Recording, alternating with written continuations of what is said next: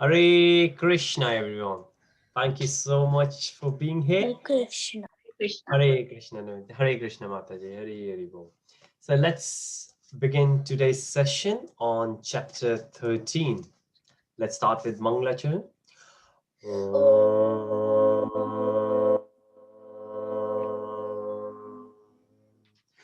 अज्ञानातिमिरन्दस्य जनाशनशलाखया चक्षुरुन्मिलितं येन तस्मै श्रीगुरुवे नमः श्रीचैतन्यमनोभीष्टं Manobhishtam स्थापितं Sapitam येन Yena भूतले Bhutale स्वयं Swayam रूपं Rupa कदा मह्यं Kadamahiyam ददाति Dati Swapadam स्वपदान्तिकम् Sukam वन्देऽहं Vandeham Sri श्रीगुरुं Guru श्रीयुतपदकमलं Kamalam श्रीगुरुं Sri Gurum वैष्णवं च Vaishnavam Cha श्रीरूपं साग्रजातं Sagrajata सहगणा रघुनाथवितं तं सजीवं साद्वैतं सहधूतं परिजनसहितं कृष्णचैतन्यदेवं श्रीराधा कृष्णपादान् सहगणा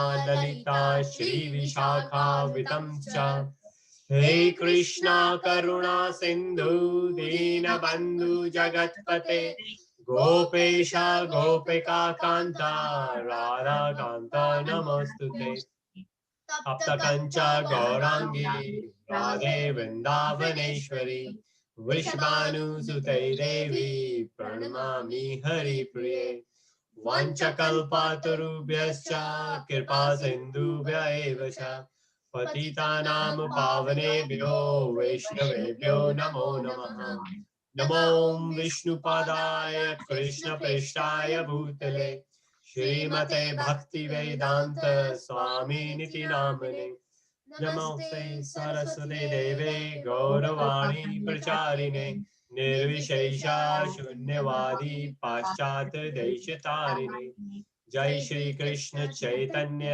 प्रभु नित्यानंद श्री अद्वैत गदाधरा श्रीवासादि गौर भक्तवृंद हरे Krishna Krishna Krishna Krishna Krishna Krishna Hare Hare Hare Hare Ram Ram Ram Hare Hare Hare Hare Hare Krishna. Very well. So, in this series of 18 chapters of Bhagavad Gita in 18 sessions, we are on 13th chapter. So, we have completed first 12 chapters. First 6 chapters belongs to Karma Yoga, and then chapter 7 to chapter 12 belongs to Bhakti Yoga. This is the last section of Bhagavad Gita, which is Jnana. So, now it's all about knowledge, and a lot of knowledge is going to come our way from chapter 13. So let's start. Chapter 13 could be split into, and there are different categories like we usually do. We could split the chapter into different sections. So in this chapter, there are many things which Arjun is going to ask, which is one of the best thing about Vedic culture, that it's all about disciple, the student asking questions. And in this, so Arjun is going to ask 6 questions, like Arjun asked 8 questions in chapter 8. Here, the question going to be very specific. What's Prakriti? Purusha, Kshetra, Kshetragyan, Jnanam, Jnane. And these are Sanskrit, and we will see the equivalent of English as well. Then Krishna is going to provide the answers to these, the field of activity and the knower of field, and we will see how it goes. Then later, Krishna will continue providing the answers to rest of the questions. Then the knowledge, what is knowledge, and what's or who is the object of knowledge. So we can have the knowledge, but knowledge about what?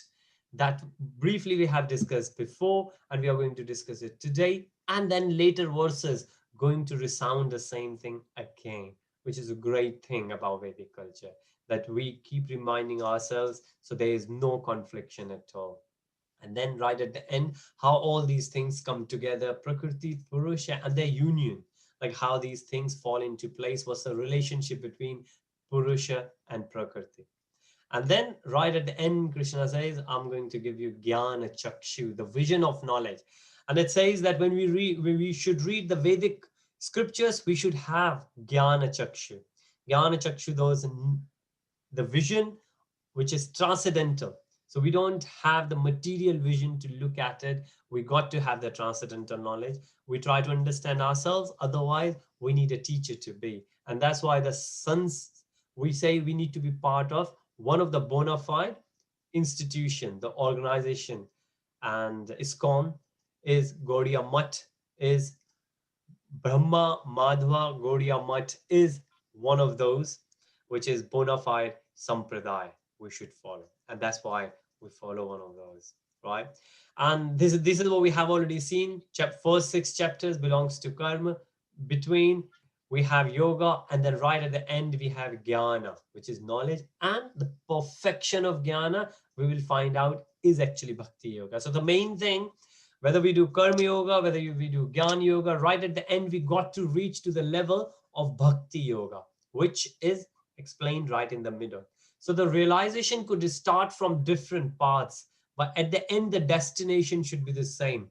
So for example, I'm in London. If I would like to go to Manchester, from London to Manchester, there could be many different routes, but those routes will only be useful if those routes will able to take me to my destination, which is Manchester. And in this case is Bhakti Yoga, which is going to be the ultimate, right? And whenever we read any of the verses in Bhagavad Gita, if we remember that this says about Karma Yoga, but how this Karma Yoga is going to help me to develop my Bhakti Yoga, my devotional service to Guru and Gauranga, to Krishna and the devotees of Krishna.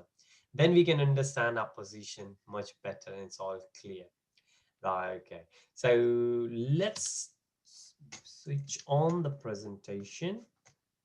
And I'm going to share maybe this presentation for now. Okay, right. Well, if you can't see my screen, let me know. Otherwise, I believe you can. So in this one, again, the way it says that if we are here on planet Earth in the material world, we need to understand why we are here.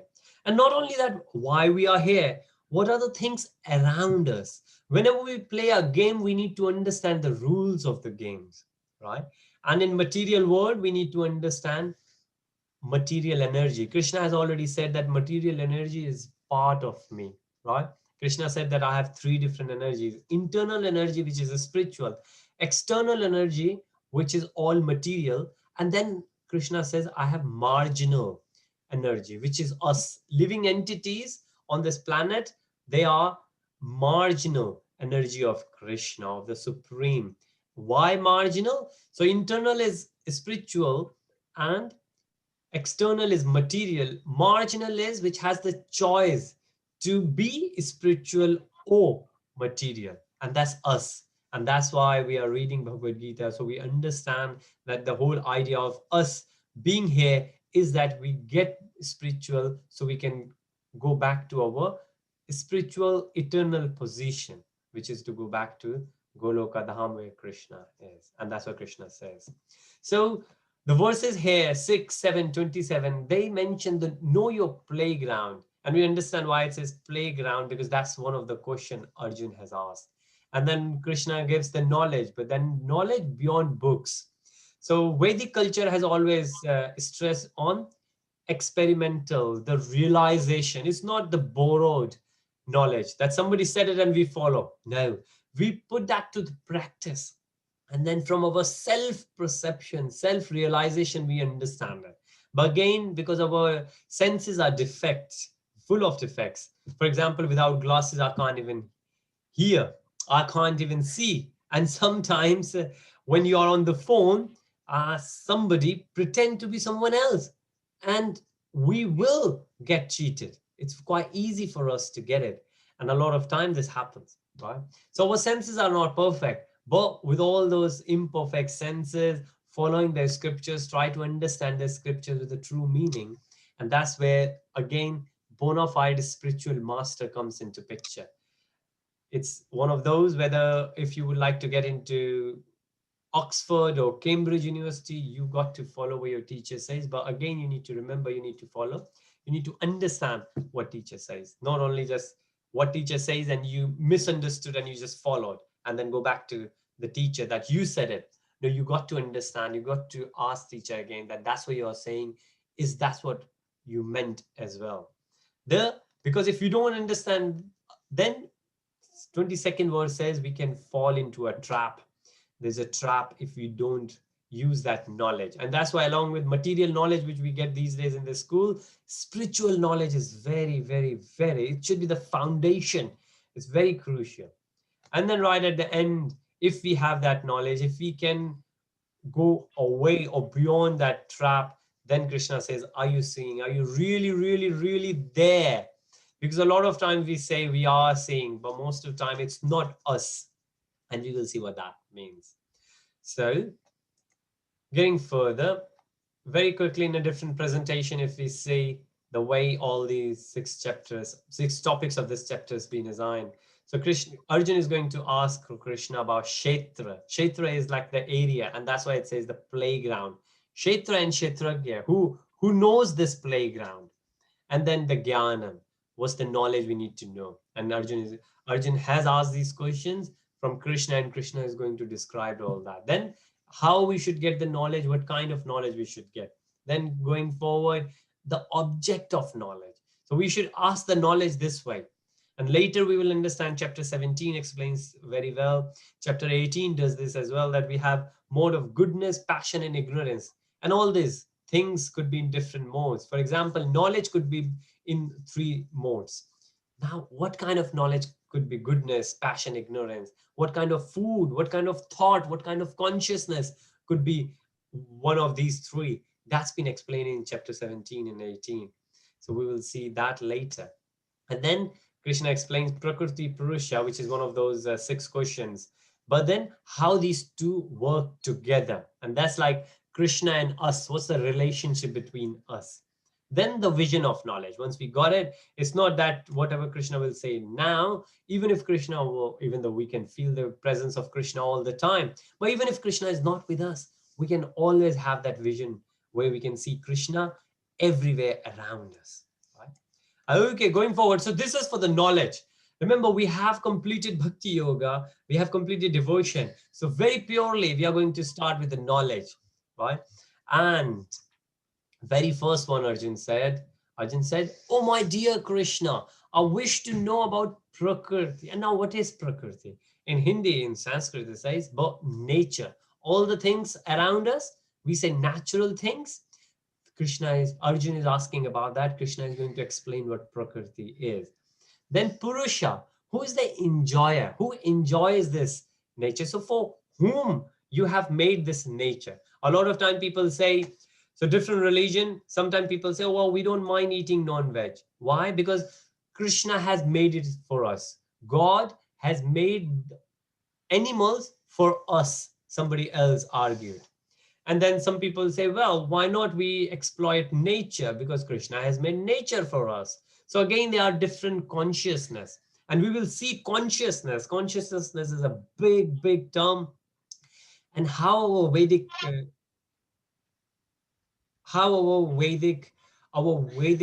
system explains it into different layers. We will understand it today. From material to spiritual, how we can get it.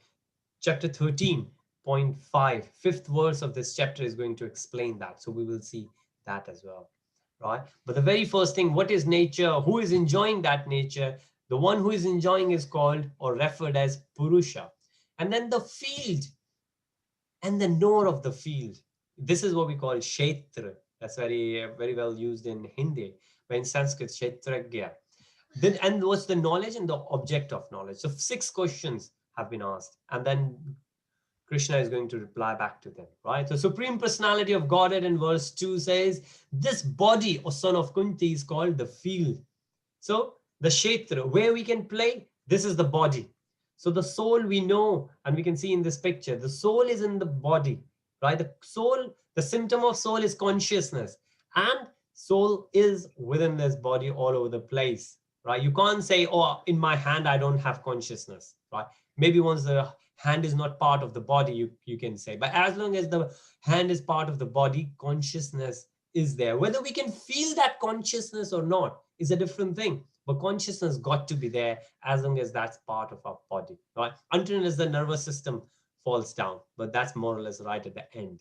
So this body, what Krishna is saying, is the field we need to know. And the one who knows this body is called the knower of the field. So if you are conscious, then we are the knower. And this is the field. The body is the field. And again, we will get more detail. Then Krishna says, O son of Bharata, you should understand that I am also the knower in all the bodies. Now, that's where we understand the word also is used. Now, in the body, we have two souls. One is our individual soul. So I have separate soul. Shivani is there. Navneet is there. Ajayji is there. Ishan could be there. Each one of us has separate soul. And it says that soul is the knower of the body, right? Knower, one who knows this body is called the knower of the field. Who is that? That's a soul. But then in text 3, Krishna says, you should understand that I am also the knower in all the bodies, which means the part of me is also there within all the bodies. And that part is referred as super soul. So we have Atma and we have Param Atma. We have soul and we have super soul. Now, in India, there used to be a tradition. People used to say that there is nothing which doesn't have Paramatma in it. Like Karn Karn mein Paramatma hai, which means every little atom got Param Atma in it, like super soul in it, like the consciousness of. So that atom, non-living stone, might not have its own consciousness, but the consciousness of the God is there in all the atoms, living or non-living. So again, just to clarify, we have said it before, all the living beings, they have two souls, one individual and one super soul. But all the non-living, they only have one soul, which is super soul, which is part of the supreme personality of Godhead, the absolute truth, Krishna. And that's what Krishna is saying here. And to understand this body and its knower is called knowledge. And so what we should do, we should try to understand this body and the knower of the body, which is the soul and the super soul. So what we usually say, mind, body, and soul, right? So we remember mind, body, and soul. Most of the people, they talk in spiritual terms, they always talk about these three things. And this is what Krishna is saying here as well. So now the modern science is reaching to that point, but other Vedic culture, Vedic scriptures, they have said it number of years back, right? And this is what we're saying here. In my opinion, this is what it is. So Krishna is not forcing anything on us. Why? Because we are marginal energy. We have the choice. So Krishna is giving the knowledge to Arjuna. And then going forward, now again, this picture, and it's one of those pictures we should always have it. We have it printed here, and sooner or later we bang to this. What this says, the 5 great elements, and we are going to get into integrity. Now I got to take care of the time because we can go into detail. Remember, this is what we're doing here is jnana, knowledge. And then we can get into very detail if we like to. But again, we are limited by time at the moment. Once we will complete 18 sessions, then we will open for the discussion. And every week when we will have the class, then it's open-ended. We don't restrict ourselves. But 18 sessions, we are restricting ourselves, right? For those who don't have time every week, so every session is unique for them. So if you think about the 5 great elements, what we do, we know the Panchabhuta we have, then false ego, intelligence, and we call it unmanifested, the 10 senses and the mind, the 5 sense objects, desire, hatred, happiness, distress, aggregate, and the life symptoms and convictions. Quite a lot, isn't it? If you count all of them, they reach to 24. And in Bhagavatam, Canto 3, Kapil Muni explained to his mother, Devhuti, very much in detail. But Krishna explains that in brief. And then I will show another presentation where all these are in a tabular form. So it will be much easier for us to understand. But for now, how the body is made, so we have 2 types of body, the gross body and the subtle body. And then we have the soul. Soul is pure, spiritual, and conscious, full of consciousness.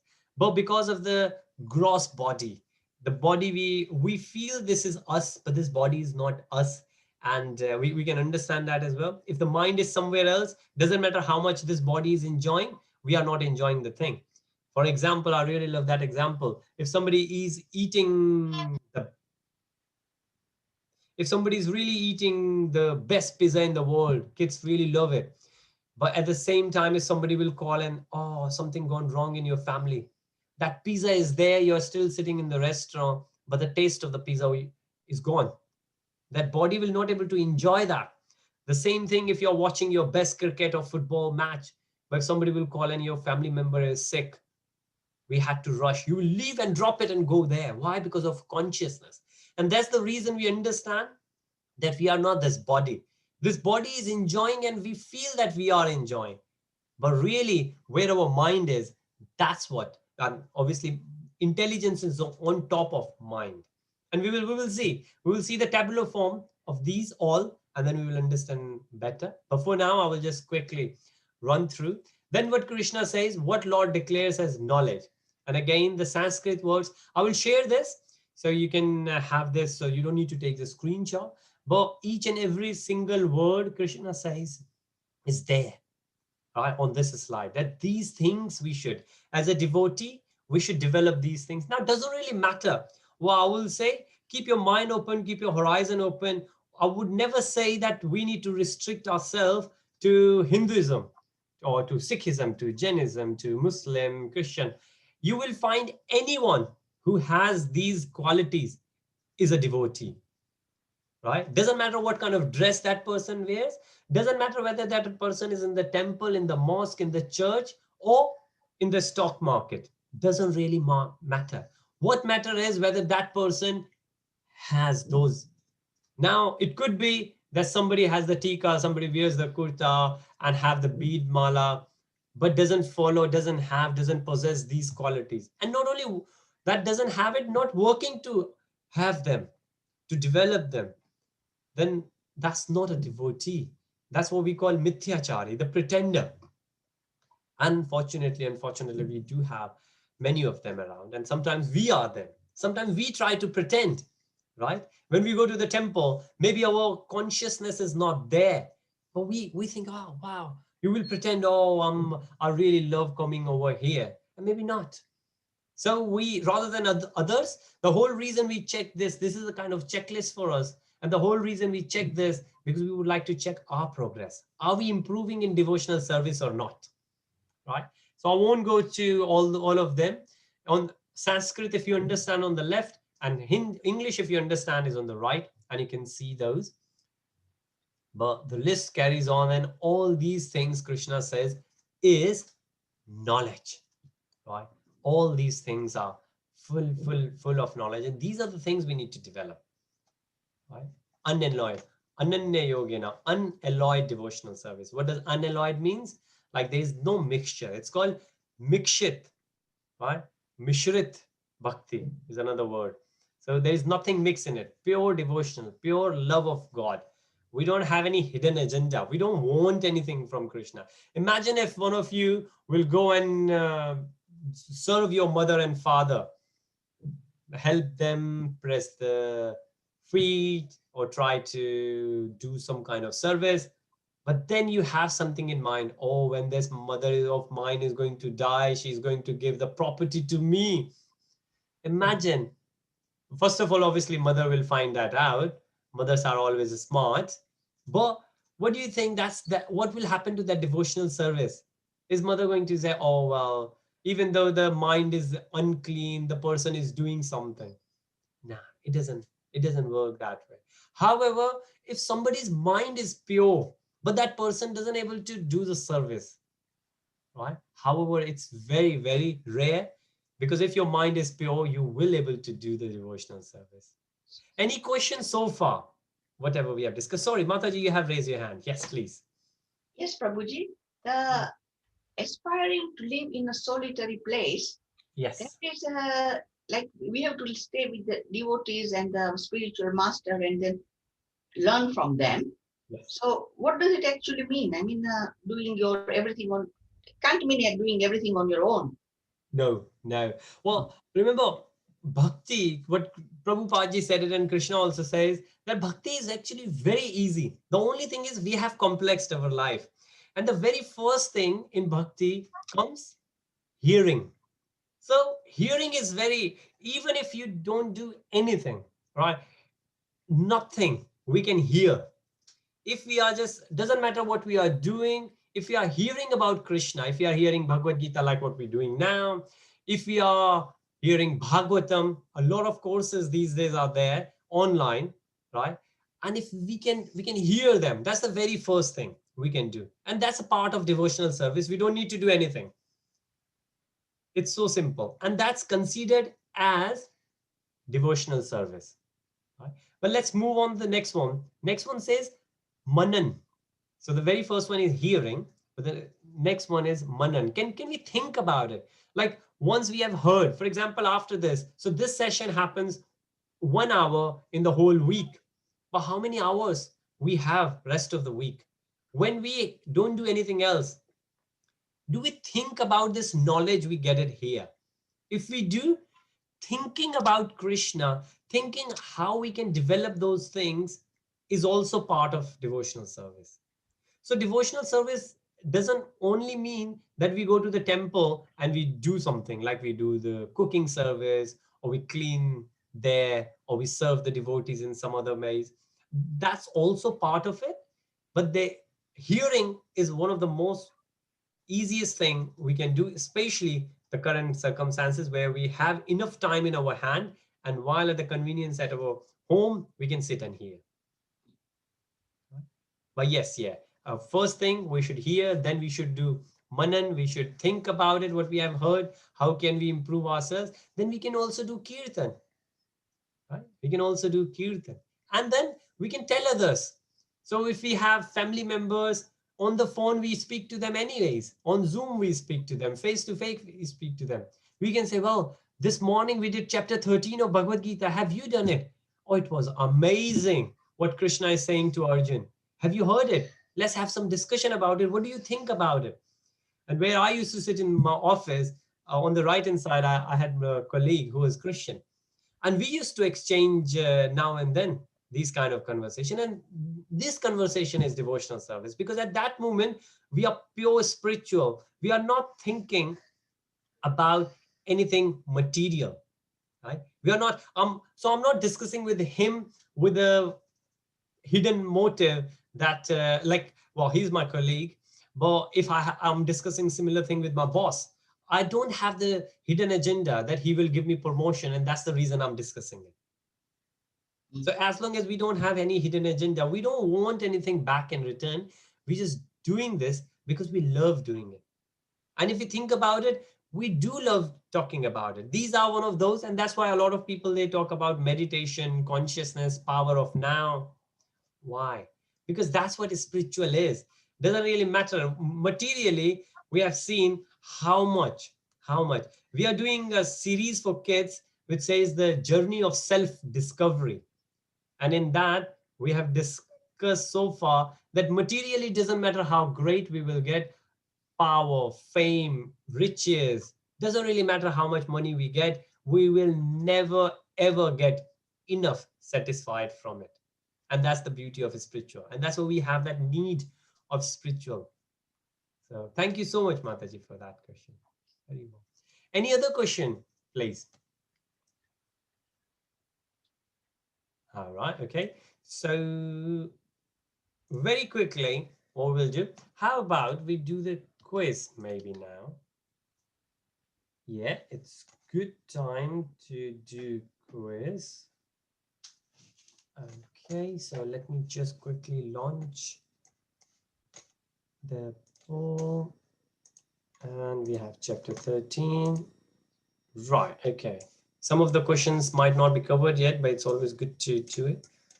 I will go quiet.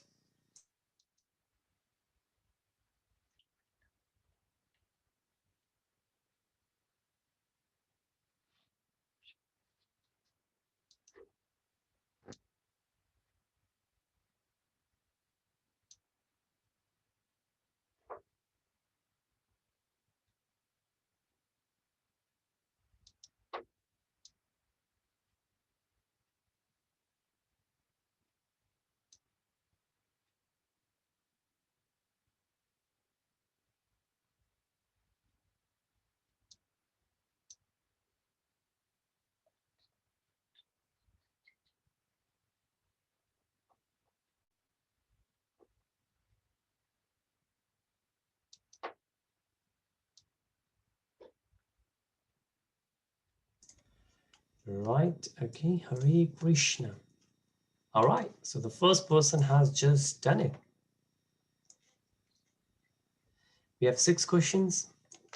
Tend to have 5 questions, but the first quiz always have 6 questions because the first question is always, Mataji, I cannot hear you. Okay, I feel like you're saying something, Mataji, but I can't hear you.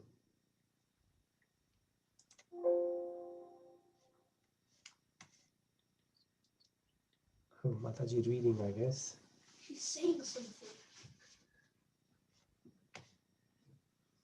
No, Mataji is reading, I guess. Okay, all right. Almost half of us have done the quiz. The whole idea of doing the quiz, obviously, there are some brain teasers, and it's interesting how we get tricked.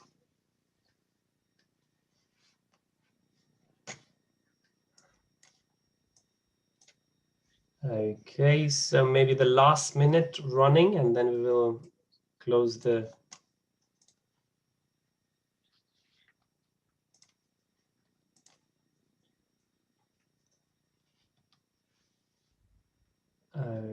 Okay.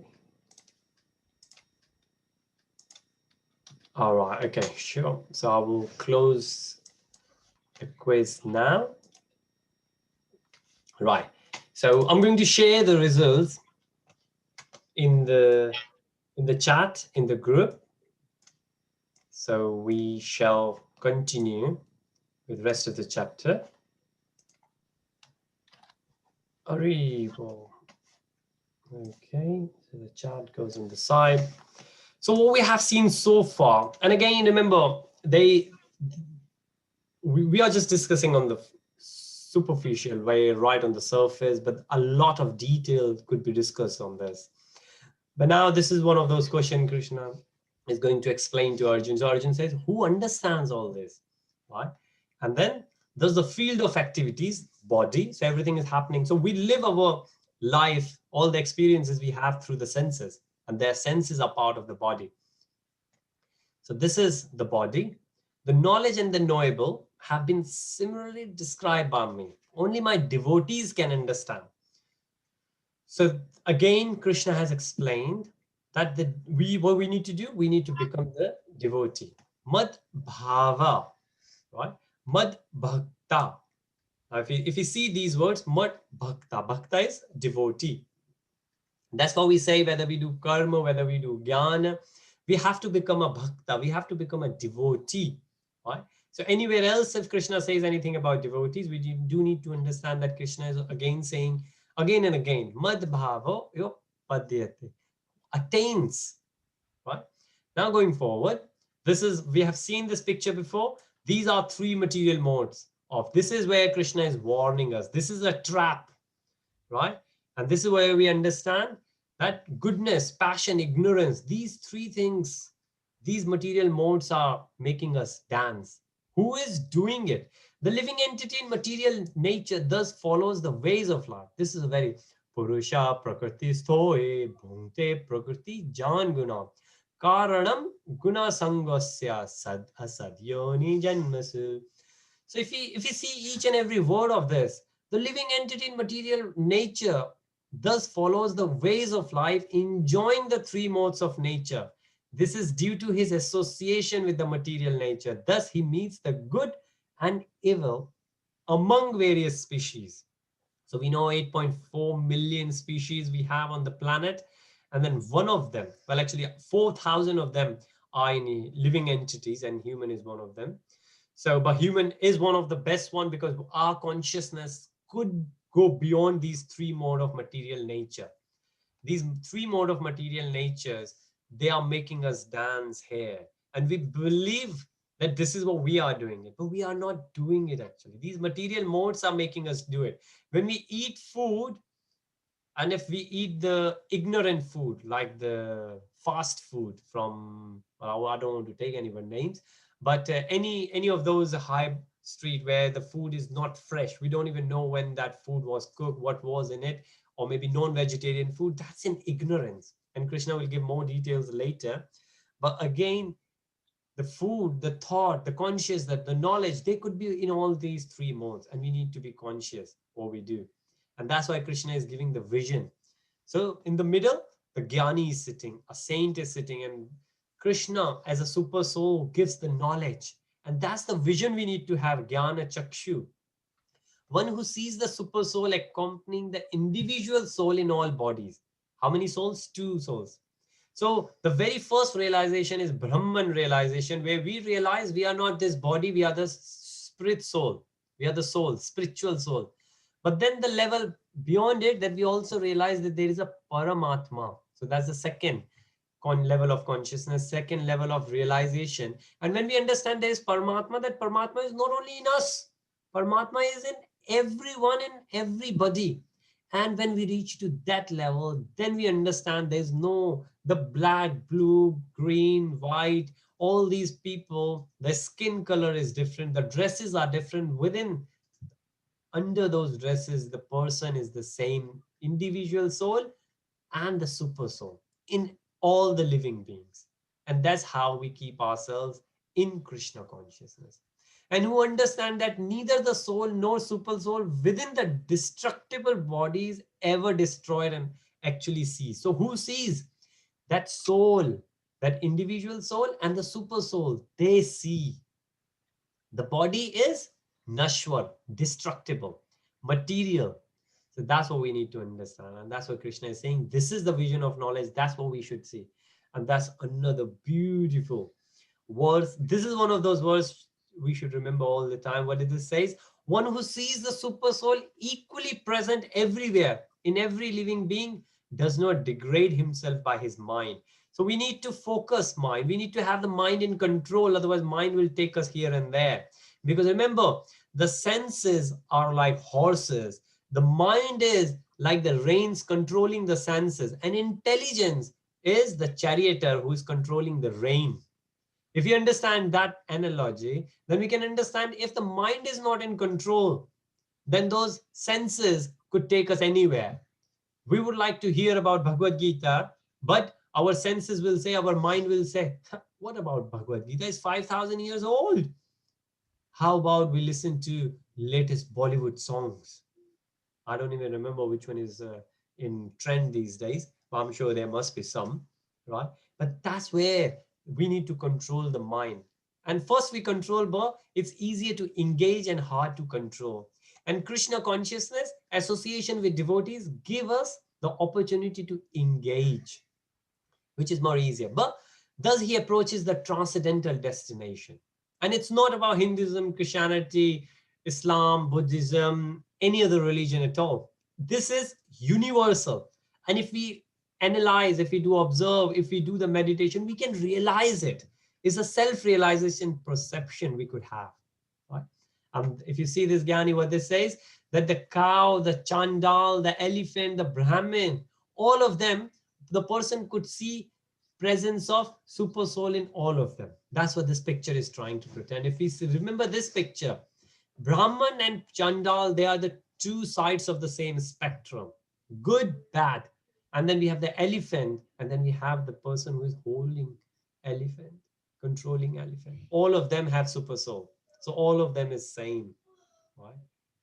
And then can we see ourselves? When we see ourselves, what do we see?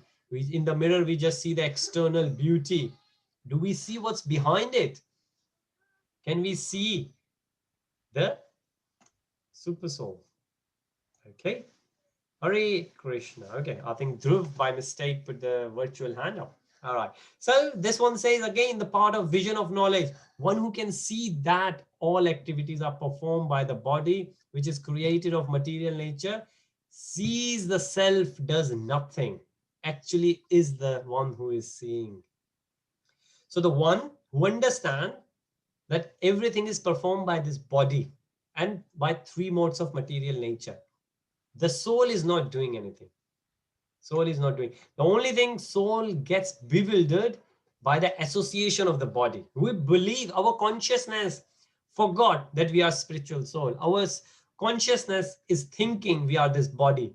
And the whole life we spend taking care of this body. and we don't feed our soul. Again, the example of a parrot, a bird in the golden cage.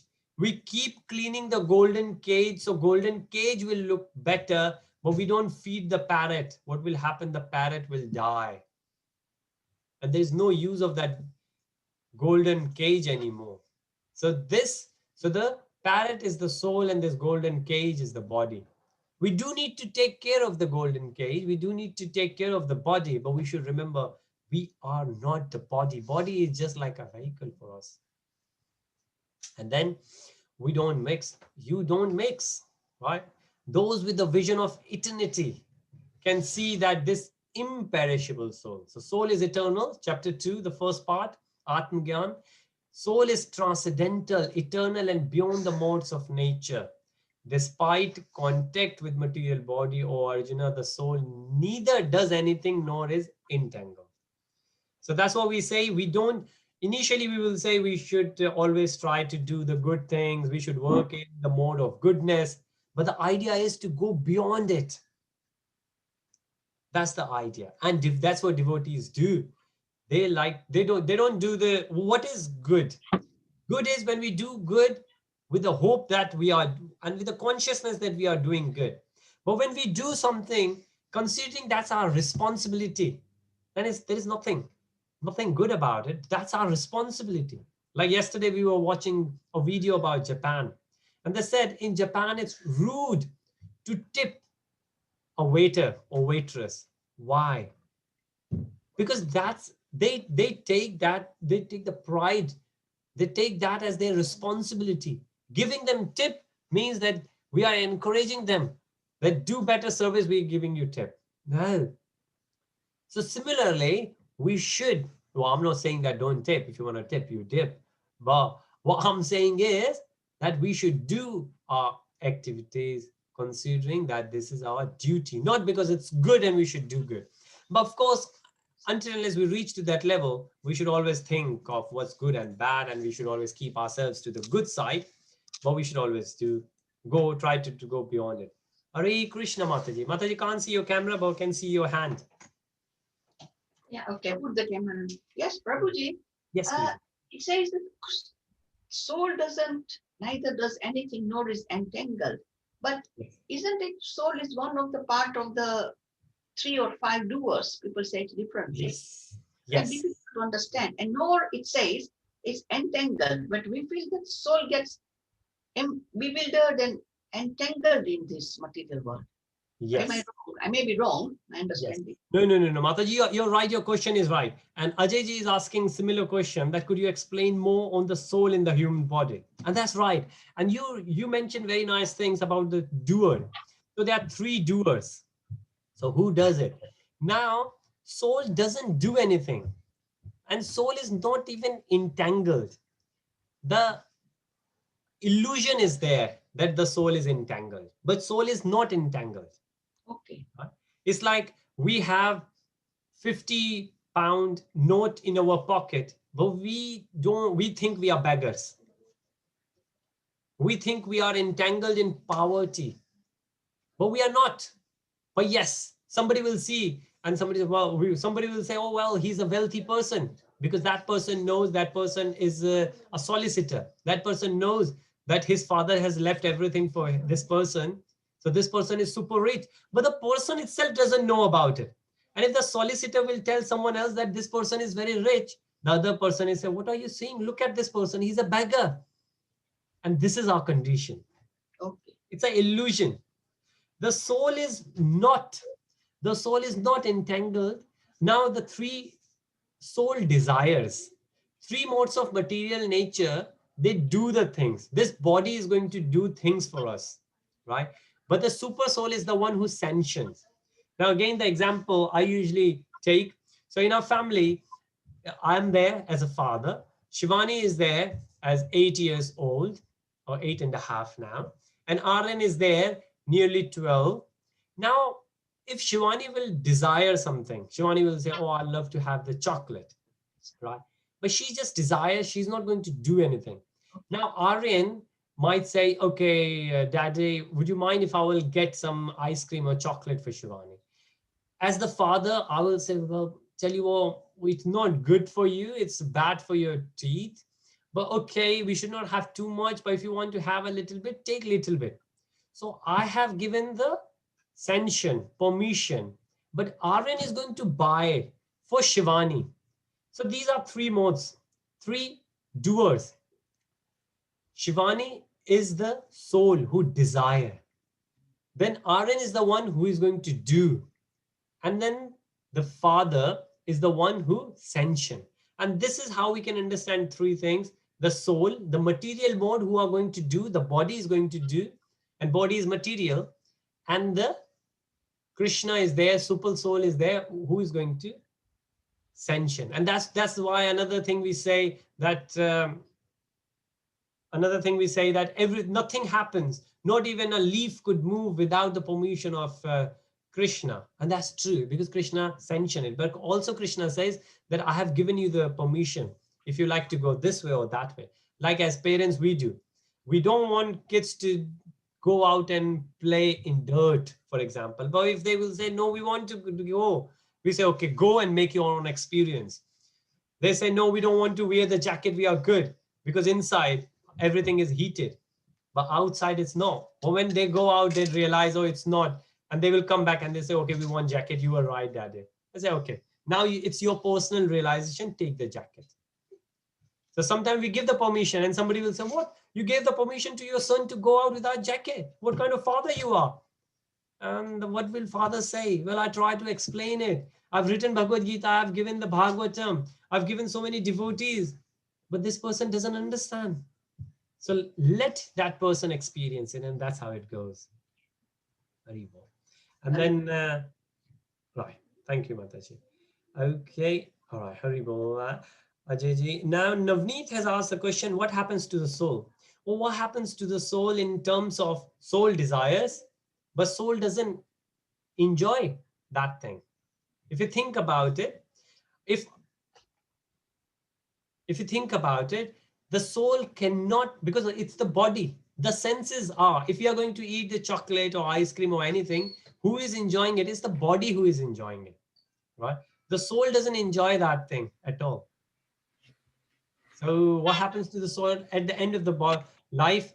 The soul leaves the body and take another body, material or spiritual, based on what the thoughts are right at the end.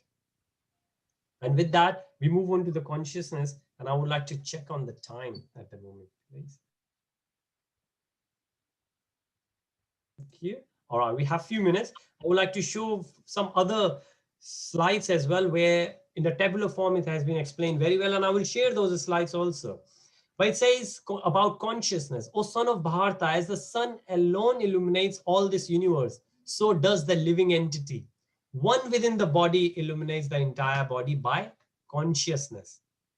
So consciousness is there in the body because of the soul. Of course, yes, it does. Oh, we feel it. All right. So Shraddha here says that eating chocolate also soothes the soul. And I completely agree, because I have a sweet tooth, or teeth, because I have a lot of them. And I love chocolate and ice cream and all. But we understand, we feel that the soul is getting enjoyment. How? Because there is a difference between happiness and bliss. And those kids in here who attend kids class, they will understand, because we have discussed with kids class number of times, the difference between happiness and bliss. Now, okay, Shraddha also says that Pushkar has said it, because Pushkar also loves chocolate, I guess, which is true. Chocolates are delicious, aren't they? And we should not falsify ourselves. If we love it, we love it. Now think about it. What's the difference between happiness and bliss? Yes, we might feel happiness when we eat chocolate, but happiness is also material. What is the difference between happiness and bliss? Happiness comes from outside. External is happiness. Bliss comes from inside. It's internal. So if you will leave me alone, or anyone who would like to get spiritual, that person can close eyes, go in meditation, and be happy, be blissful, right? But if somebody you will ask somebody, oh, how do you want to be happy? I will make you happy. Or a genie comes out and say, Kya hukum mere Pushkar? What can I do for you? And Pushkar will say, I want lots of ice cream, lots of chocolates. So the genie will say, here we go. First of all, these things are coming from outside. Remember, they will give you happiness, but for how long? You can have 1 chocolate, 2 chocolate, 3 chocolate, 4 chocolate, 5 chocolate, 6 chocolate, 7 chocolate. If you are still with me, 8 chocolate, 9 chocolate, 10 chocolates. After that, you'll say, Shraddha, can you try? Can you help? Because you are my beloved wife. I would like to share with you. Well, you might not share the first one, second one, third one, but after a while you will say, I can't take more. That's happiness. That's temporary. That happiness is gone from that chocolate. Maybe you don't want to look at the chocolate for a while. Same thing goes with any material happiness. And that's the test we can do between material and spiritual. Anything we get from outside and anything which is temporary, which gives us the happiness, we think the soul gets soothed. But if you think about it, soul doesn't. Soul doesn't. Soul is a spiritual. So the food for soul got to be spiritual. And the spiritual is always eternal. Satya, Chitta, Ananda. Eternal, conscious bliss. Right. Okay. With that, moving forward. So we said the sun got to be the soul. Symptom of the soul is the consciousness. Now the next one, attaining the supreme goal. Right. That's another. Now we know it all, but how to get it? So we know spiritual is good than material, but how to get that? Those who sees with the eyes of knowledge, the difference between the body and the knower of the body, which is spiritual, the soul, and can also understand the process of liberation from bondage in material nature, attain to supreme goal. So what do we need to do? We need to realize this. We need to realize that we are material, we are not spiritual. Thank you. Right? So we do need to understand the difference between material and spiritual. We do need to understand we are not living the life for this body. Again, that doesn't mean that we should not take care of the body, but we should remember all the time that we are not just this body. We are not the cage. We do need to feed the parrot. All right. So this is all we have discussed, and few minutes we have left. Any other question, please feel free. Otherwise, there are some other slides I would like to share. So what we say is here, the playground, this body for us is the main thing. The consciousness within the heart, or the region of the heart for the soul, is the main. Then the knowledge, this knowledge is beyond books. This is a spiritual, transcendental, eternal. It was there between around 5,000 years back. And chapter 3 mentions more details. Chapter 4 beginning mentions more details. The trap. We think we are this body. We think the 3 mode of material nature is us. Now, what is the benefit of understanding 3 modes of material nature? If somebody else will do something bad for you, if somebody is angry, then you realize it's not the soul, it's that body which is doing bad, and you will not get offended. You say, well, and this happens after a while, that person goes down and person says, all right, okay, so what can I do for you now? So sorry, I was angry and I said that. Because the mode was doing it. Mode of ignorance made you go mad. And then are you seeing it? Do you realize that you are spiritual, not this material body? All right. Okay. I do have another quiz, or rather than quiz, which I can share with you. I would like to share this one. The reason this presentation is really good, but the reason I don't go in detail, because there's a lot we could, and we won't have enough time. But there are a few things which we can discuss here. Now again, Kshetra Gyan, the body, the soul. Now for whom, why, and criteria, I will give you that. So you have all that with you. In your own time, you can discuss among yourself, and we can always come back and discuss it in the class. But soul and super soul, we have seen this before. We have seen this difference before as well. The size of the soul is given as well in our Shastras. So we can discuss this. But again, the way Arjun is asking, this is one of those which is worth discussing. 5 level of consciousness we have, right? And the first one, Annamaya. So they all are called Maya, right? Or Maya. But Annamaya, Anna is food. So even animals will realize, even if there is a mad person, right? Somebody who has lost everything, doesn't remember, doesn't even wear the clothes, naked without clothes, roaming here and there. Even that person will come and say, I need food. You say, do you know your name? No, I don't. Do you know where you come from? No. Do you know you need to wear the clothes? No. Are you hungry? Yes. Even animals will realize they are hungry. That consciousness is called Annamaya. That's the first gross level. That says Kshetra. That's the gross level of consciousness. The next one, Prana. Then give the food, but then ask the animal or the person, hold breath, don't take any breath. The person will realize very soon that to sustain myself, I need to be breathing. And when the person realizes that, that's the second level of consciousness, prana maya, that we need prana. We need the breathing going on. Not only that our body needs the food, we need to have prana, right? And then doesn't matter if the person is dead, doesn't matter how much you feed that dead body, that is a dead body. Right? Why? Because prana is not there. So that's the second level. But beyond it, now we are getting a bit subtle. Right? From outer, we are going inside. That's where we call jnana, knowledge. Remember, today is the first chapter of the 6 chapters of Jnana Yoga. And this is that understanding where we start realizing about our thinking, feeling, willing, and many more things along with it, right? The emotions. And this is where we are at human level. We say a number of times, that person is mad. That person doesn't care for anybody's feelings. I say, well, what do you mean feelings? Why do we need to think about others' feeling? Really? But humans and more educated or more loving people, more sensible people, more conscious people will be aware of their feelings and others' feelings. That's the third level. Not only food, not only the prana, but the jnana, the feeling. But then vijnana. Jnana is knowledge. Vijnana is the science. Right? In Hindi, Vijnana is called science. And that's when we get into the level of soul consciousness. We understand that we are individual soul, that we are spiritual. Again, we are spiritual being. No, we are not material being having a spiritual experience. We are spiritual being having material experience. Just a shift of paradigm there. And then that vijnana is where we understand we are the soul, we are not the body. Right at the end, ananda.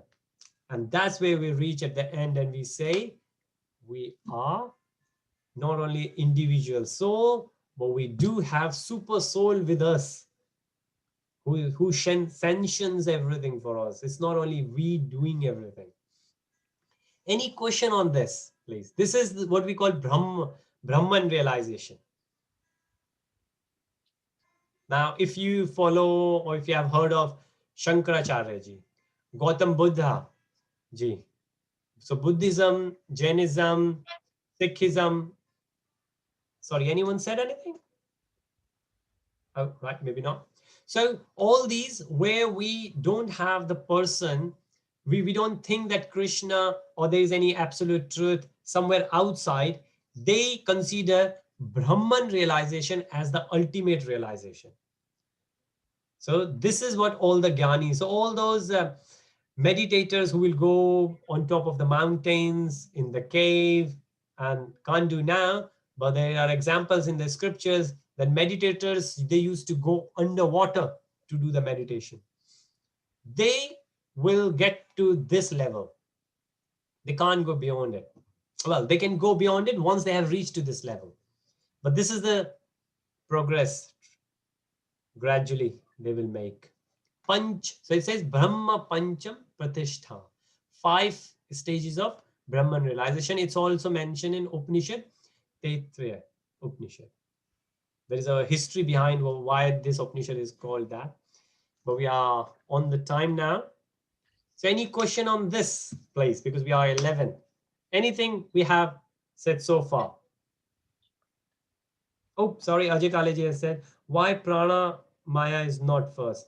Okay, because yes, you're right. Actually, thinking about it, because okay, Ajay ji has asked very good question on the previous slide. Why prana is not the first? The reason is prana. Somebody from outside will have to make you realize. Well, you can also make yourself realize, but you're breathing. You're not doing anything. So if imagine there is a mad person who is just laying down, that person is not aware that he's breathing, but that person will automatically realize that he needs food, right? He will only get worried about his prana when somebody or somehow his breathing is constructed, restricted, obstructed. But about food, automatically his body will ask for it. That's why Anna Maya is the first level that automatically we realize this. Prana will come very later. Not very later, but external force most of the time. But that person could also be itself, could also be realized. But very good question. Thank you so much, Ajay ji. So with that, we have completed, and this is another screen. I will share this as well with you. But this is one of those which was shared in one verse. And I was just saying, I will show you a screenshot where all of them are given. So all the elements we are made up of. This is called sthul. If you see, I keep mentioning that body is made up of two, gross and subtle. So in yellow, we see gross elements, sthul sharira. And then on the right, subtle elements. And this is where our consciousness, false ego, intelligence, mind, they come. And then we go beyond that. But this is where we read 5 gross elements, where we can see our body is made up of all 5.